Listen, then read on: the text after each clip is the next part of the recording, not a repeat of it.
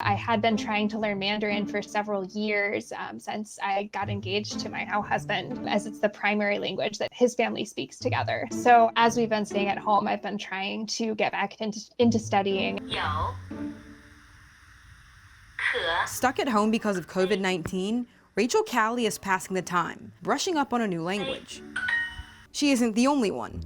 Duolingo, a popular language learning app with over 300 million users worldwide, says its global traffic has been at an all-time high these last few months. And during the month of March, the company saw a 101% growth in new users. Why do you think we're seeing people trying to learn a new language right now during the stay-at-home order? Well, it's something that you can do, and it's easily accessible now, right? So you don't have to sign up with a school or go to a school. Why not use this time to learn another language? But trying to teach yourself French isn't as simple as just dusting off your old high school textbook. Which is why over these last few weeks of staying at home, you've maybe grown a bit frustrated that your daily lessons aren't sticking like you'd like them to. As an adult, have you found it easier or more difficult to learn a new language? I found it very difficult. I definitely find that I'm very self-conscious as, in terms of making sure that I'm speaking correctly in a way that I think I wouldn't have been as a child.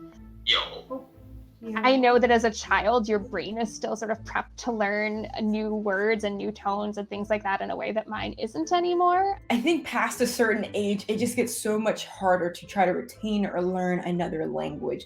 Can you tell me why that is? I mean, there's certainly like a neurological basis for that. So there is some changes in the brain that make it harder to learn languages as you get older.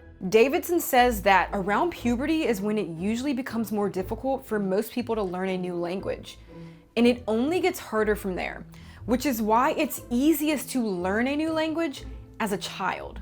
But there are also some other key factors when it comes to language retention, including, and this one is obvious, talking and the teaching method used. I do use Duolingo a lot, and I found it to be very helpful for vocabulary, but there's definitely been drawbacks, even just talking to my husband just now about the way that words are pronounced.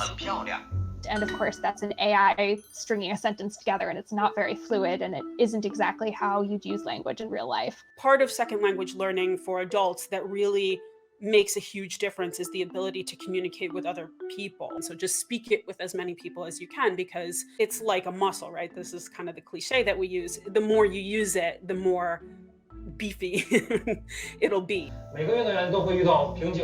Since most of us won't be jet setting anytime soon to other countries, turning the internet into our global teacher for now is also a solid option when it comes to language studies.